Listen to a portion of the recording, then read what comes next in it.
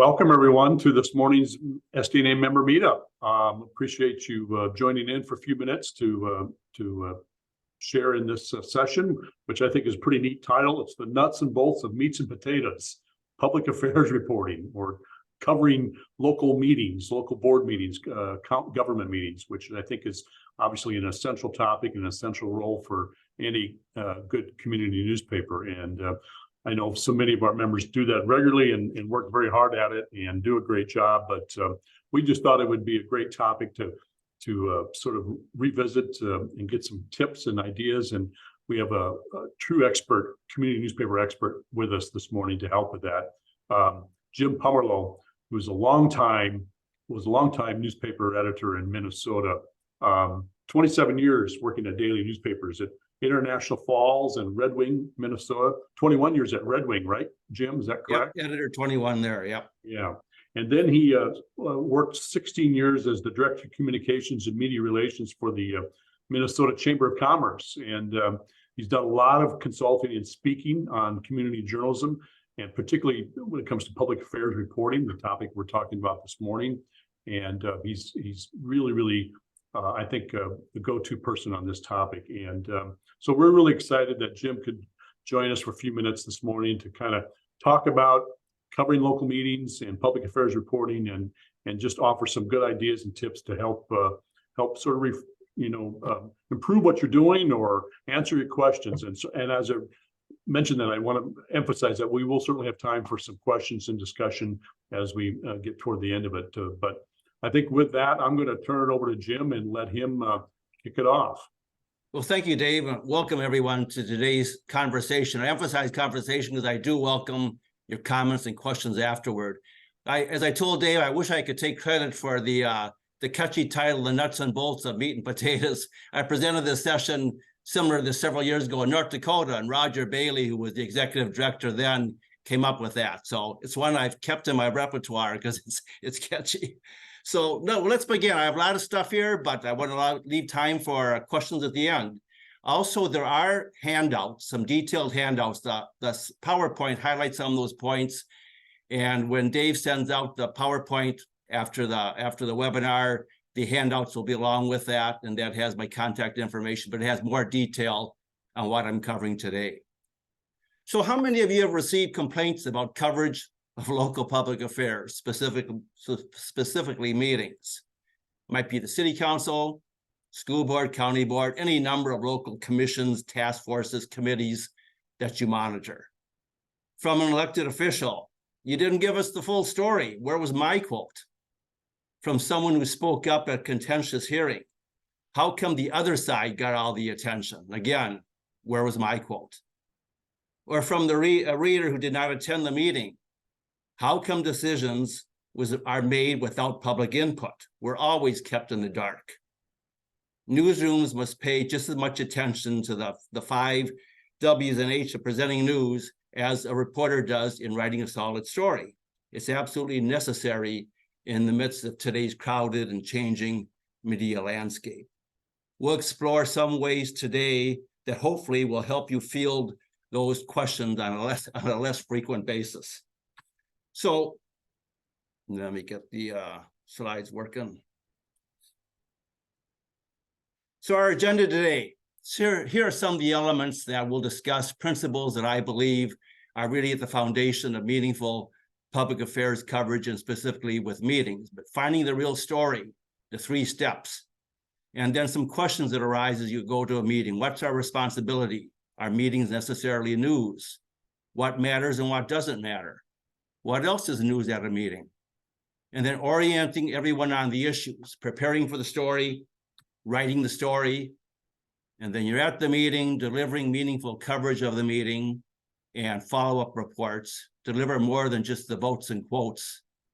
And then I have a section that I think we'll get to. I be conscious of our time, but reporting on budgets. I think that covering local government, the budget setting process, the months-long process, is probably one of the most challenging but yet important tasks facing community newspapers.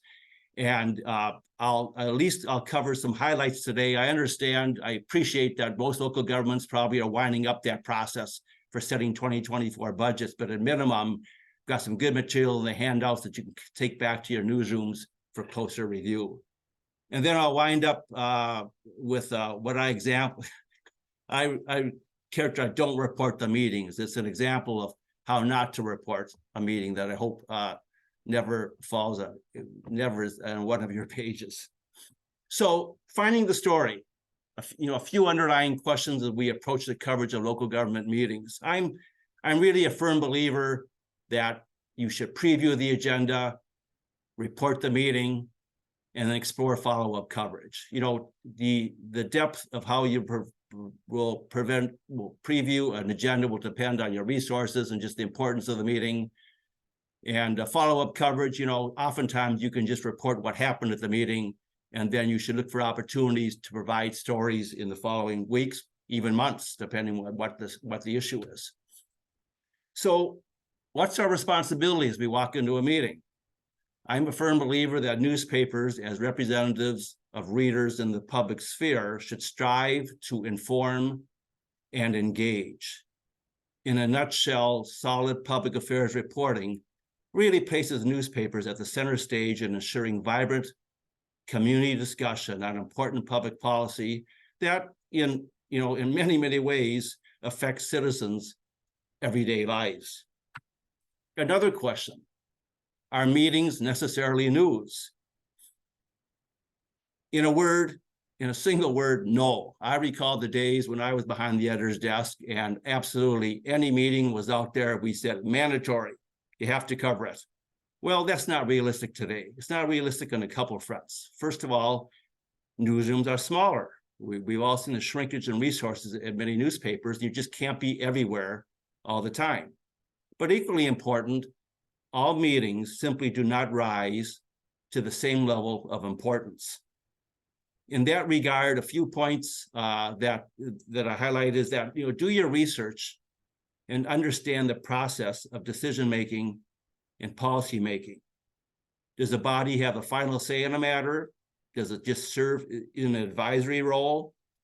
But even in the advisory role, those can be very important. I always remember the Planning Commission in Red Wing was a very important meeting. It was likely very often that whatever recommendation the Planning Commission forwarded to the City Council, that was going to be probably the vote of the City Council. Didn't mean that we didn't cover the City Council meeting. We covered both. But I think review committee action. Sometimes the real news is made in committee deliberations. I think if you even look at the legislature, oftentimes you see the headlines and before the vote goes for the final body, it's already been decided by the different committee hurdles it has some issue has gone through. The research the agendas and determine if the meetings warrant attendance. Many of them will not, but at minimum, you should review the minutes and, review the minutes the next day or the day up, whenever they're prepared, and or talk to the staff person who covers the meeting. Do not wait, oftentimes with elected bodies, school board, county board, city council, whatever, in their packets for the meeting, they have a compilation of all the different committee minutes from the previous month or 2 weeks, however frequently they meet. Don't wait for those minutes to appear in the council packet, because what a committee did a week before, 2 weeks before, 3 weeks before, may be immediate news. That might present a great opportunity for an advance to the meeting of the full body. And that's one of my big points as you explore meetings. So often times when we look at government affairs coverage and local meeting coverage, we just say cover the meeting and that's it. We've done our job. Well, there's a lot of things you can do in between meetings to have a continuum of coverage. And also, beware of taking shortcuts. Live streaming can be extremely useful today when stretched for resources, but recognize the limitations. And I'm saddened to see, I know it's a reality in many places, but I'm saddened to see that now remote viewing, remote monitoring of meetings has almost become the rule of thumb, that there's just very little effort or consideration to cover a meeting in person. But think of some things as you resort to live streaming, as you rely on live streaming. Are you able to connect with all the people necessary for your story in a timely fashion? Or will it require extra time for follow-up? I mean, do you have their names and contact? You may have it of all the elected and appointed officials, but what about an audience member who maybe is not identified in the agenda and pops up? What's the technical quality of live streaming? Can you clearly hear and understand everything to get full names, full quotes, exchanges between the elected officials and the audience member? So just be aware of that, and you pick and choose and say, maybe this is a meeting we should attend in person. In the long run, it may save us more time. So what matters and what doesn't matter at a meeting? As one editor friend of mine finally refers to, focus on those in the back of the room and not the front of the room. Focus on the actions, the inactions that affect the everyday lives of the residents, of your readers. Give primary attention to the decisions with the most immediate and greatest impact on residents. And then make note of items that warrant follow-up coverage. It's a great opportunity, again, to provide a continuum of coverage. Too often, again, we rely on meetings that we cover the meeting. That's our coverage of the government body. There's lots of things you can do to continue the conversation in between. What matters at a meeting? Don't feel compelled to use every quote. Paraphrasing can convey the same point and usually in fewer words. I had one reporter, and this is the honest truth, she firmly believed that any meeting she covered, whatever local government body she was covering, that every elected official around the table deserved a quote in the next day's edition. I think we can all see the shortcomings of such a philosophy. We had several discussions, and I continually pared down her stories. Evaluate the consent agenda. Most items are rarely newsworthy if they even warrant a bullet in your report, but also be aware, obviously, if one of the elected officials says, let's pull that one out and have greater discussion. It may turn out to be something bigger. And in similar respect, as you look at agendas, nearly every governing body has that public comment period for individuals to speak up on something not on the agenda. So just be aware that you look at the agenda, it looks like nothing's going on. You may show up at the meeting, and in the public comment period, that might be your biggest story for the next day. And that's another, I think that's another reason of why the value of trying to attend as many meetings in person, because if that happens, you can be in a far better position to track that story than if you're watching it remotely. What else is news at a meeting? Most reporters likely approach reporting a meeting in a similar mindset. They pay attention to what's said around the table, they record the resulting votes, and clearly that's important. But I encourage you to look beyond the spoken word around the table and pay close attention to the dynamics of the entire room. And again, one of my pet peeves or my argument is to try to attend meetings in person. What items draw the most attention from an audience? And and even a distinction there, does everybody come in a block? I mean, they're all corralled in and they're clearly all together, or do people, do they just kind of filter in here and there? And if they come in scattered and not part of an organized block, that might reflect a greater sentiment on an issue than if everybody comes in together, marching in. Have national issues filtered into local government? We've seen that, I think, a lot, especially on school boards. Are traditional voting blocks disrupted? And if so, why? Talk to the individuals afterward. Kind of in a similar vein, are votes predetermined on contentious items? Observe body language. Are elected officials taking cues from someone in the audience? Am I literally seeing where someone looks right at someone else in the audience and kind of looks for the nod of the head or the shake of the head on how they should proceed or vote on an issue?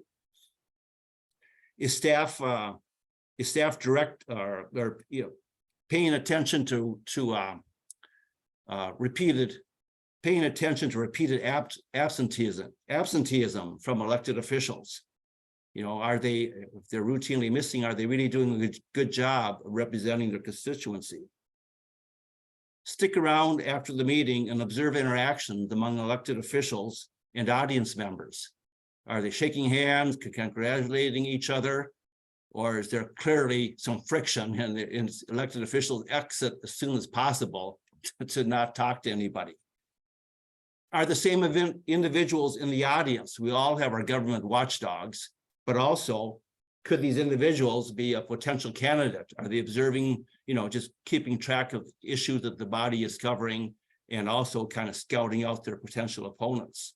So I think, you know, these are all so often, you clearly want to report the votes and the quotes, but think of all these other dynamics that the average person is not going to, it's not even going to register with them. And as you cover, especially if you have, you know, reporters are covering bodies over an extended period of time, you get to know the players, you get to know the personalities, you get to know the dynamics. And it's just something that you can really add value to the report of a meeting. So getting into writing, approaching and writing the meetings, orient everyone on the issues.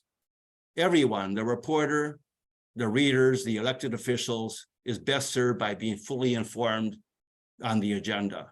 And I include elected officials because I think we've all seen those individuals sit down at the table for the first time, opening up their packet. You can tell from their lack of discussion on issues that they're just unprepared. So unfortunately, doing a solid advance to stories, orienting them, is probably helping them out as much as the community. But by educating everybody, you're going to generate as much community participation as possible in the government decisions. And I think it'll go a long way toward addressing the complaints of how come nobody shows up at meetings, or why are the decisions made without our input. So again, looking for ways to continue the conversation between meetings. Prepping for the meeting. These again, well, there's some more detail of these on the handouts when you receive them, but you know, introducing yourself to the beat, continuing the discussion. When's the last time you called someone just to check in or have a casual conversation over a cup of coffee?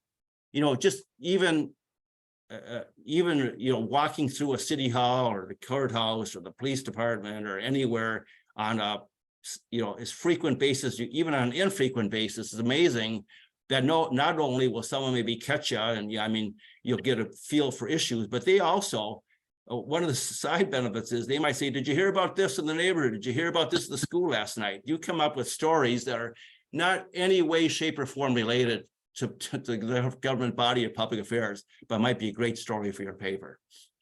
Do your research. You know, become familiar with where to find the background on issues. You know, scan previous newspaper editions, identify the people, places, subjects that have been at the forefront of community attention. See the subjects of your stories firsthand. I call it touring the town. Take the example of a city council that's debating whether to mandate sidewalks in a new housing subdivision. You sit down at the meeting, do you know what they're talking about? Why not go out to that neighborhood in advance? Talk to neighbors. You can do, you know, get the pros and cons on why, you know, for and against the sidewalks. You could do a great advance. I mean, it'll reduce the amount of reporting you have to do at the meeting itself by regurgitating all the arguments. Plus, you get a whole new set of faces, names, and places and faces in your paper. And one other thing you might consider, I'm a firm believer in stretched resources today of using the editorial page to supplement your news coverage.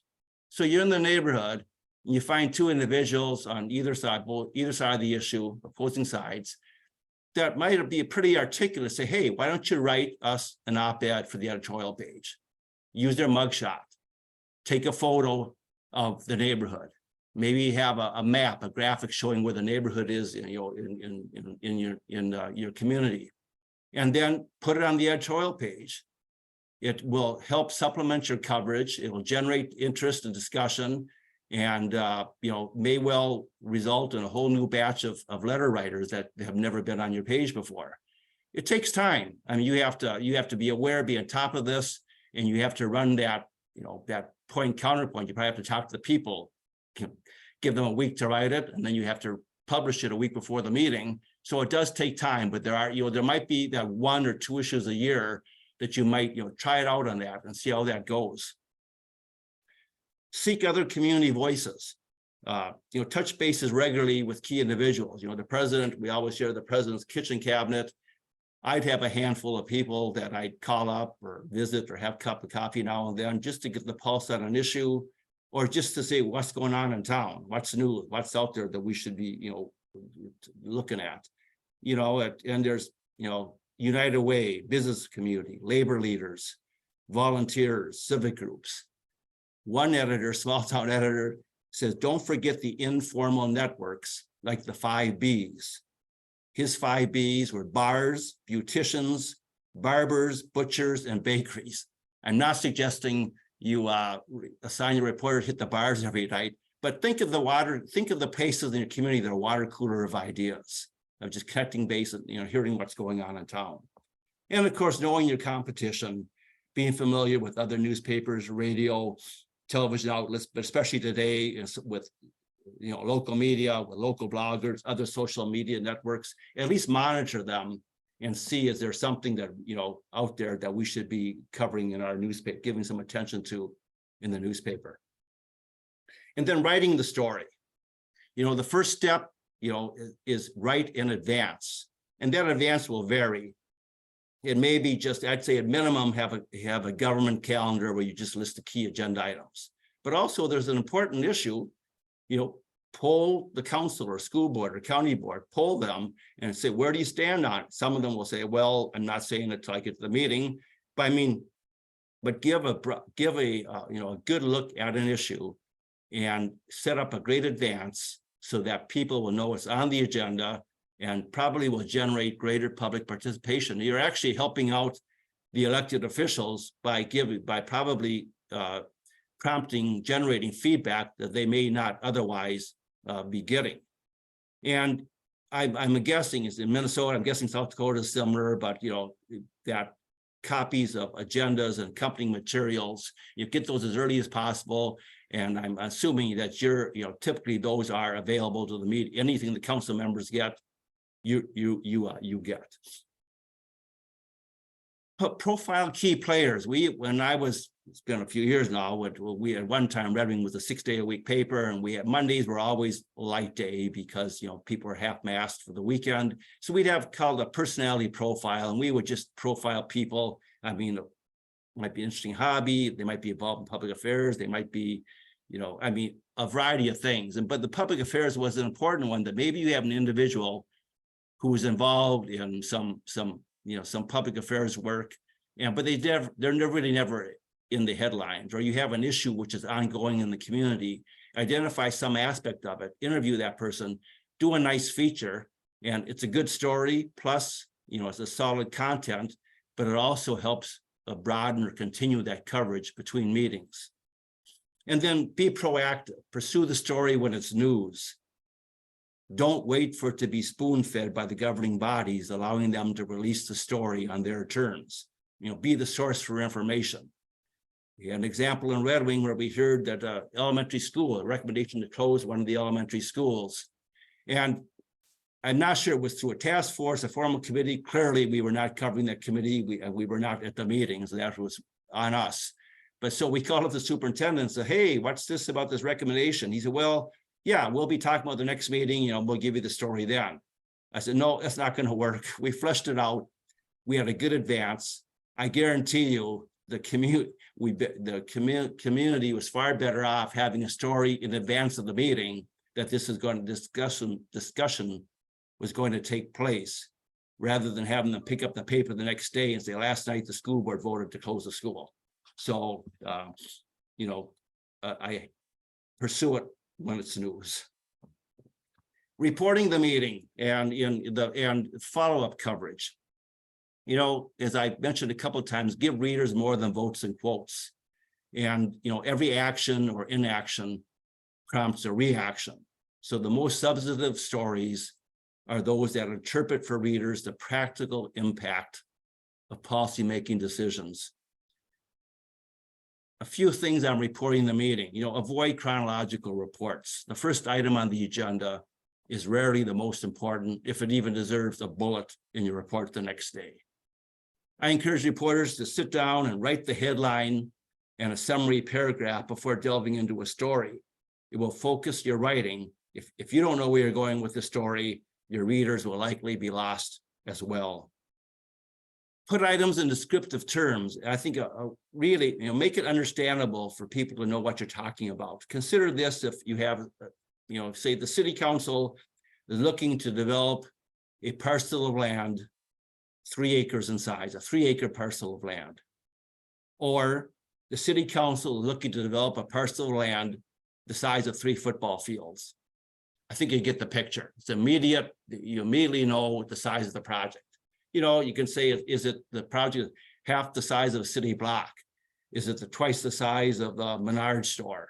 Is it 3 times the size of manufacturer ABC? I mean, think of some, you know, think of in terms of this specific example, think of some physical things in the town that people can immediately relate to. It just makes the story more understandable, gives them a clearer picture. Same regard, you know, pay attention to presentation. Look at that agenda in advance and think of any graphics or photos that you can take in advance, prepare in advance. I mean, say on the sidewalk subdivision story, maybe you can't go out there and talk to everybody. But if it's on the agenda, go out there and take a picture of the neighborhood and have that ready. And, you know, if there are annual reports that are being presented at a meeting, maybe you can look at that report and pull out key statistics and have that prepared in advance. So it does, you know, again, you know, you have to, you know, develop that relationship with the appropriate people and get those agendas and look at it. Understanding terminology. If you don't know something, neither will your readers. And I think school boards are the worst for acronyms. And I remember one meeting I sat in, this was during my work at the Chamber of Commerce, and so I was not reporting, but they were talking about Nickelby. And for half an hour, they talked about Nickelby on school issues. And I thought, what in the world is Nickelby? And finally, I scrolled through the agenda and I looked through the whole thing. And finally, I saw NCLB, No Child Left Behind, the Federal Education Act. Had they said NCLB, I'd heard that enough times over and over, it would have connected with me. But I had no clue what Nickelby was. And oftentimes you'll see on meeting agendas, they have acronyms. I mean, I say DNR, you probably know it's Department of Natural Resources. But I mean, there's lots of acronyms that they never even spell out anywhere on the agenda. So be aware, you know, find out, you know, what they mean if you're going to use them. And then put the meetings into context. Is the vote, again, a final action or a recommendation? What are the next steps? And then continue a little bit on follow-up coverage from the meeting, you know, help readers readily understand the impact of decisions.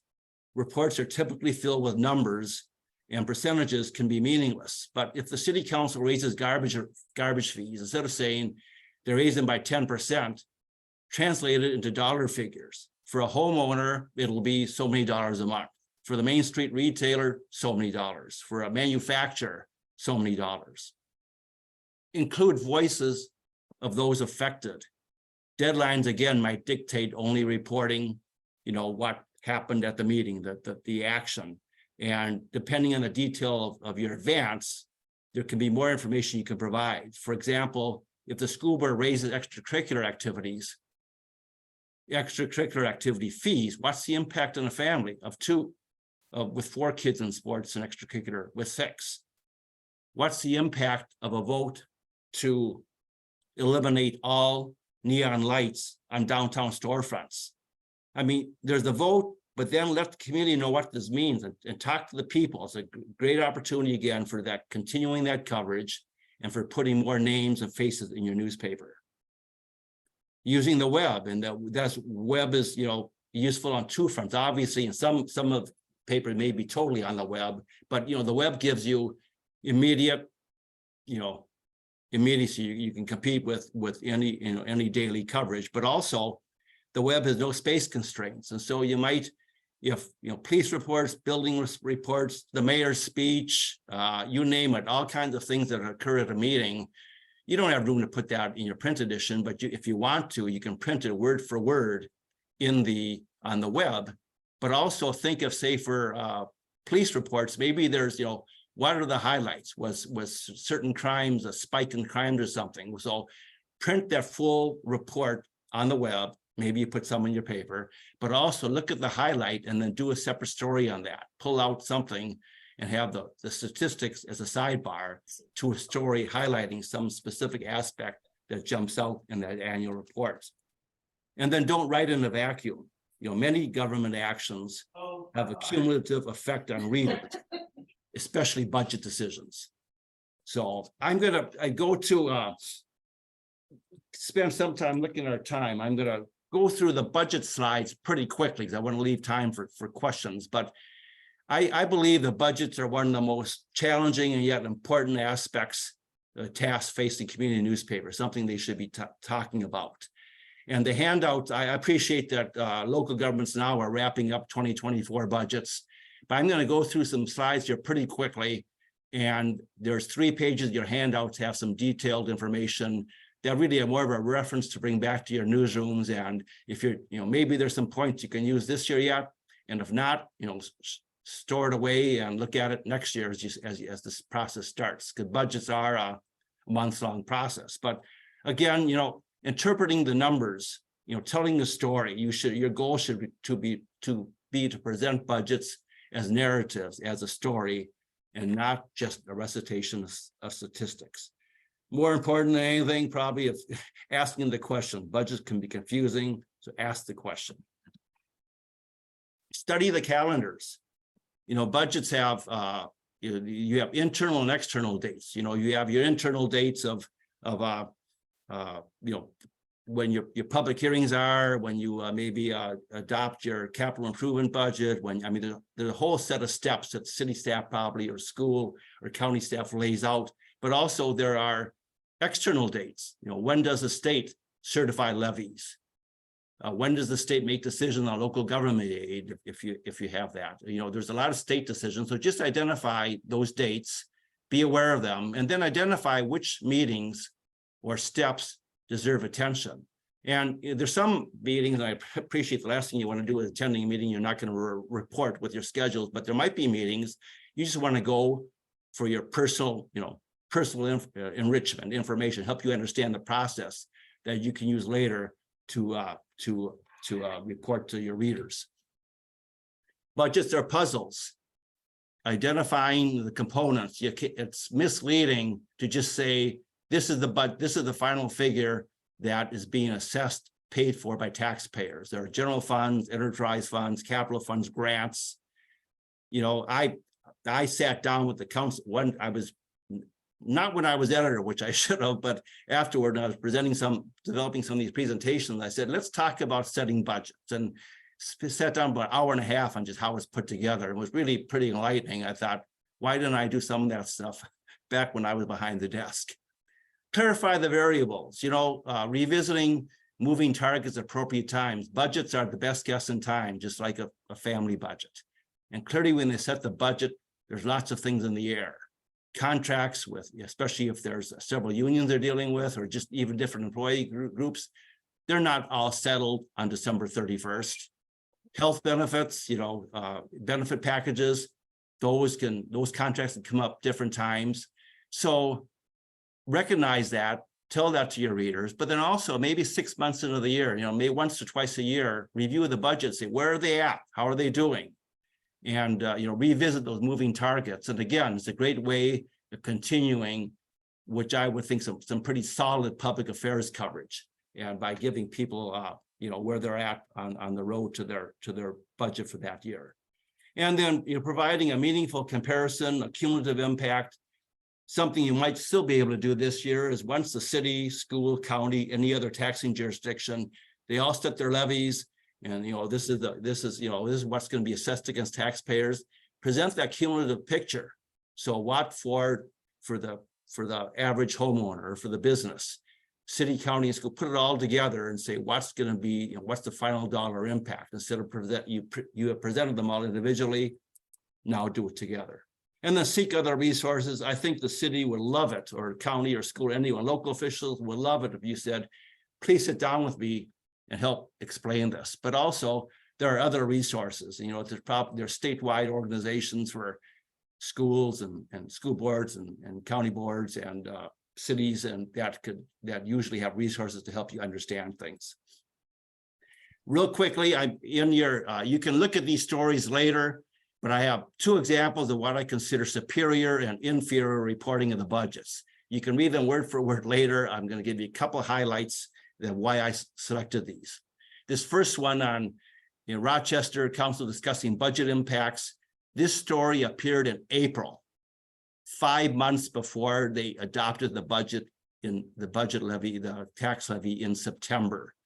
And it details the staff process for providing budget information to council members. They probably had 2 or 3, 4 other stories that talked about the economic factors which go into shaping the budget. And then in September, they adopted the preliminary budget. And on that budget, it explained the difference in taxes collected versus tax rates. It gave the preliminary impact of the budget on taxes for a $200,000 home. The vote it was not unanimous. One person dissented, and they gave they quoted her and explained why she voted against the preliminary levy. This example, and I'm sad to say, is from my hometown newspaper. This story was a single story in September after the meeting was held in which the preliminary levy was adopted. There was no preview. The story appeared after all was said and done with. There was not even nothing in the paper that said this is on the next agenda. There was no opportunity to educate the citizens so they could weigh in, and the council members could consider the feedback in advance of their vote. Yes, it was a preliminary levy, but that's usually where the people, they lay the stake in the ground, and most of the community comment is at that point. They presented 3 tax options. No context for the 3 tax options. What items are funded in each scenario? All it said is that the public safety might be impacted, but did not say how. And lastly, what's the biggest news of this story?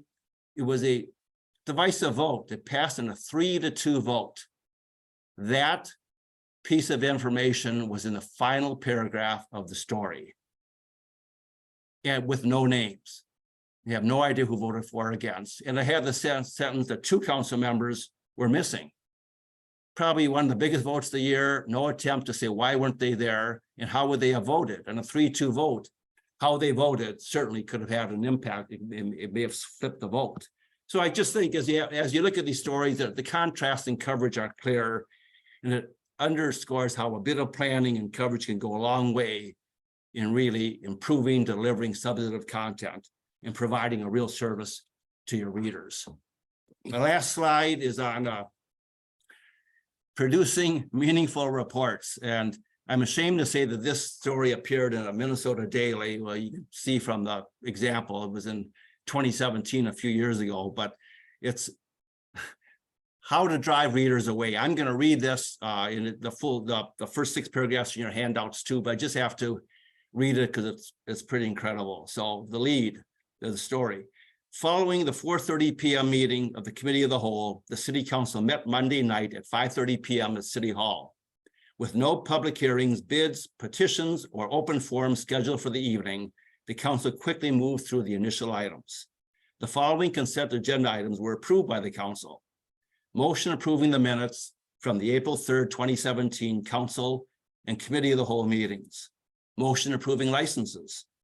Resolution amending the 2017 fee schedule to include refuse container sanitizing charges. Resolution closing out debt service and capital project funds and transferring the balances. Resolution declaring items as surplus property and authorizing their disposal. After passing the consent agenda and a brief brief overview of 2 updated city ordinances.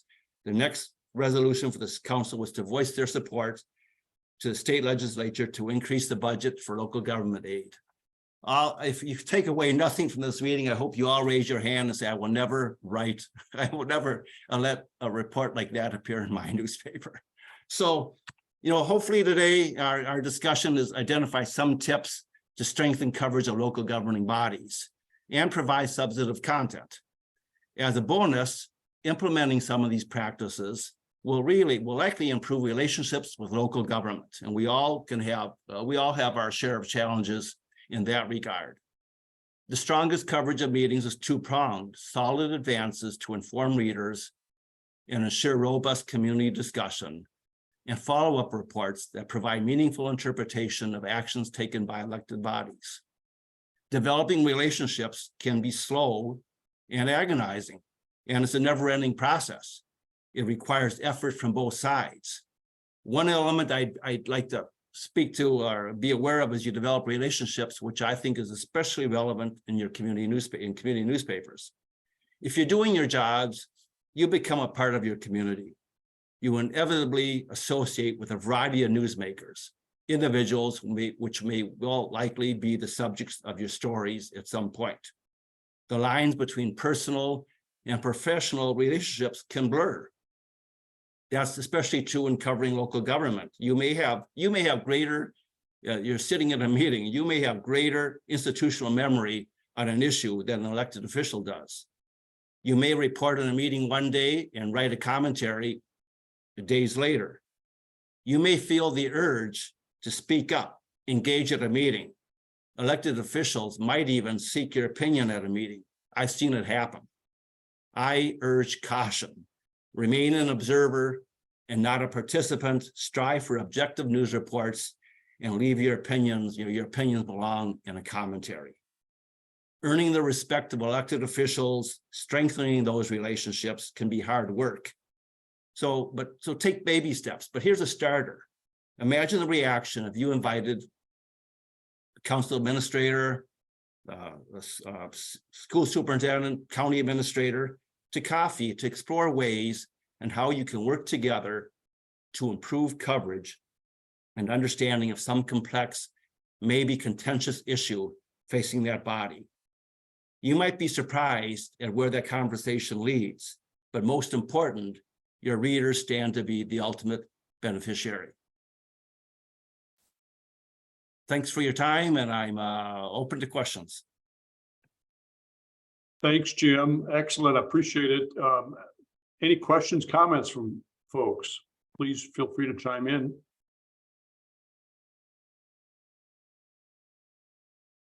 I guess I'm gonna jump in with one here, Jim, because I think I run into it. I hear it from folks often is, how do you get local officials, public officials to share the bad news as well as the good news? I mean, oftentimes it's the story you can't get that readers, your community are interested in, because it involves something that's obviously sensitive, or it's news that necessarily government doesn't want to share. How do you, what's any advice on how you can get to them to share that bad news?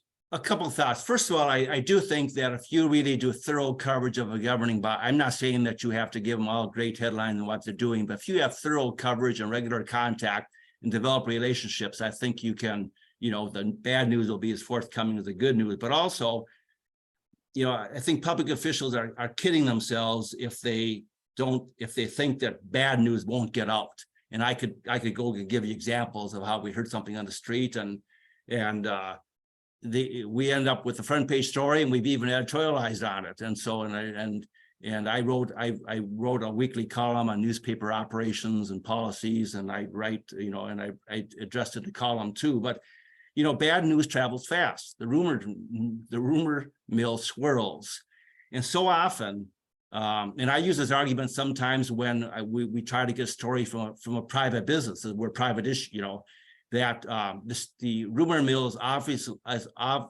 often worse than the actual fact. So if they state the facts, people still might say, well, that's the story, that's just City Hall, but at least they've set a benchmark for the discussion, and so they get the word out, and let people weigh in on whether they think, all the truth's coming out or not. But I mean, address the rumor mill, and you're probably going to, you're going to minimize the swirl out there. Thank you. Good advice. Others? Anyone? My handouts do have all my contact information too, and I'm more than happy to, emails on there, and it's on this last slide too, but more than happy to field any comments or questions. And we will be sharing the recording of this meeting, as well as all the handouts in a follow-up email to everyone as well. So that will be coming out shortly. So once we get the recording processed, but I think with that, we're up against the clock a bit, Jim. But I think I want to thank you for your excellent presentation and your advice and tips today. Thank you so much. And I know if anyone has any questions, follow up, I know Jim would be willing to listen or hear from you via email in his contact information. So feel free to use that. So with that, I'm going to say again, thank you, Jim, for a great presentation, and thanks everyone for joining our meetup today. And I hope you all have a good day. And with that, we will conclude. Thanks to everyone. Thank you. Thank you.